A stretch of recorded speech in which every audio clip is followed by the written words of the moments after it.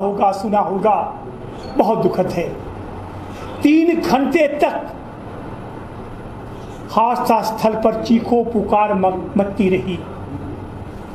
लोग राहत के लिए पुकारते रहे, लेकिन ना जाने क्यों संवेदनाएं खत्म हो गई थी और हमारा प्रशासन राहत बचाव कार्य के लिए मिनिमम सुविधाएं भी प्रदान नहीं कर पाए।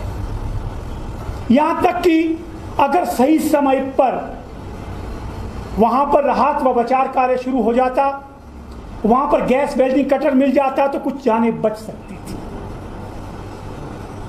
लेकिन हर बार की तरह, हर हादसे की तरह एक नपातुला बयान के मामले की न्यायिक जांच की जाएगी और दोषियों को सजा दी जाएगी।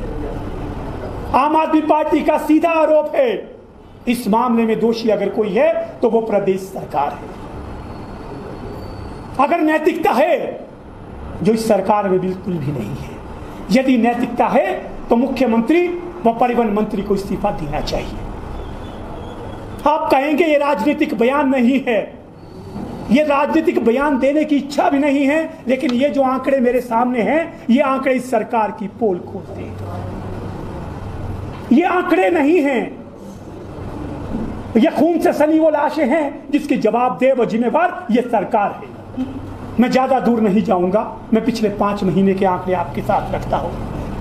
हिमाचल प्रदेश में औसतन रोज 8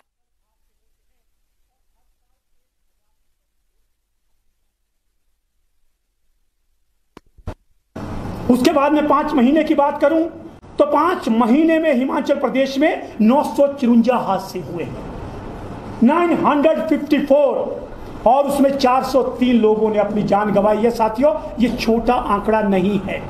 5 महीने में 403 मौतें, यानी 80 मौतें हर महीने। एक दिन में अंदाजन 3 के करीब होती। लेकिन यह सरकार इसके बावजूद नहीं जानती। विशेषकर मैं बात कहूंगा, प्रदेश में सबसे संवेदनशील जो जिले हैं, जहां की भौगोलिक परिस्थितियां बहुत खतरनाक हैं, चंबा, कुल्लू, शिमला, इन 3 जिलों में जब भी हादसे होते हैं तो मरने वालों की संख्या 2.5 नहीं होती। आप बिजली का बिल नहीं देते हो, 15 दिन बाद आपका मीटर काटा जाता है। लेकिन ना जाने ये सरकार की कौन सी व्यवस्था है कि बिना इंश्योरेंस के, बिना परमिट के, बिना फिटनेस के बसें दौड़ती है और सरकार के विभाग को कोई जानकारी नहीं रहती कि आप मानते हैं ये जो बस हादसा हुआ है इसका भी परमिट खत्म हो चुका था और ये अपने स्टेशन से तय दूरी से आगे जा रही थी, लेकिन कोई पूछने वाला नहीं था। ये जो सरकार का परिवहन विभाग है, ये जो सरकार का पुलिस विभाग है, ये क्या कर रहा था? क्या इनके पास सूचना नहीं है कि वहां पे कितनी बसें बिना परमिट के दौड़ रही हैं, कितने लोगों की जान से खेला जा रहा है? यह सवाल है। हिमाचल प्रदेश में कितने ब्लैक स्पॉट हैं, कितनी जगह हमारे जो हैं वो हम लोगों ने पैराफिट्स नहीं लगाए हैं। इस सब के लिए सरकार का परिवहन विभाग, सरकार का लोक निर्माण विभाग, ये सब भी बराबर के दोषी है। तो क्या न्यायिक जांच अकेली चालक तक सीमित रहेगी या लोक निर्माण विभाग, परिवहन विभाग भी दायरे में आएंगे? उससे बड़ी बात, 29 जून को साथियों हिमाचल प्रदेश में एक MVI, जिस पर जिम्मेवारी होती है बसों को पास करने की, उसकी फिटनेस जारी करने की, जिस पर जिम्मेवारी होती है प्रदेश में ड्राइविंग लाइसेंस के टेस्ट लेने की, एक MVI महोदय 5,70,000 की रिश्वत लेते हुए एक होटल में पकड़े जाते हैं। साफ है कि यहां पे भ्रष्टाचार है। बसों की पासिंग से लेकर के लाइसेंस बनाने तक, लेकिन यह सरकार धृतराष्ट्र की तरह खामोश बैठी है और एक बार फिर से माननीय मुख्यमंत्री कैमरे पर आकर कहते हैं जांच होगी। आपके नूरपुर में बच्चे मरे थे,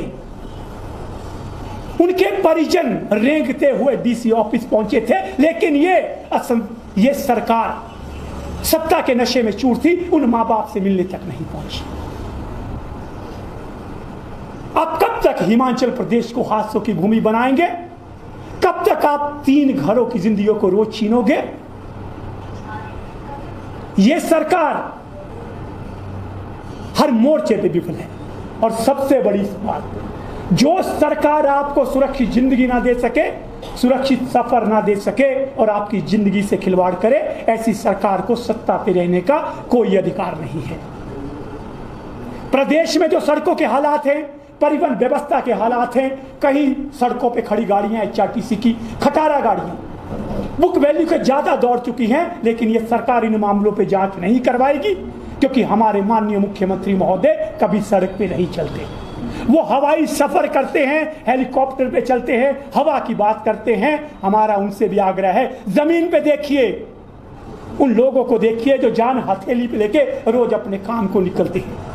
वो बच्चा जो घर से स्कूल जाने के लिए मजबूर है, इस लचर यातायात व्यवस्था में निकलने के लिए एक बार फिर से इस हादसे में जो जाने गई है, उसके लिए सबसे पहले दोषी ये सरकार है।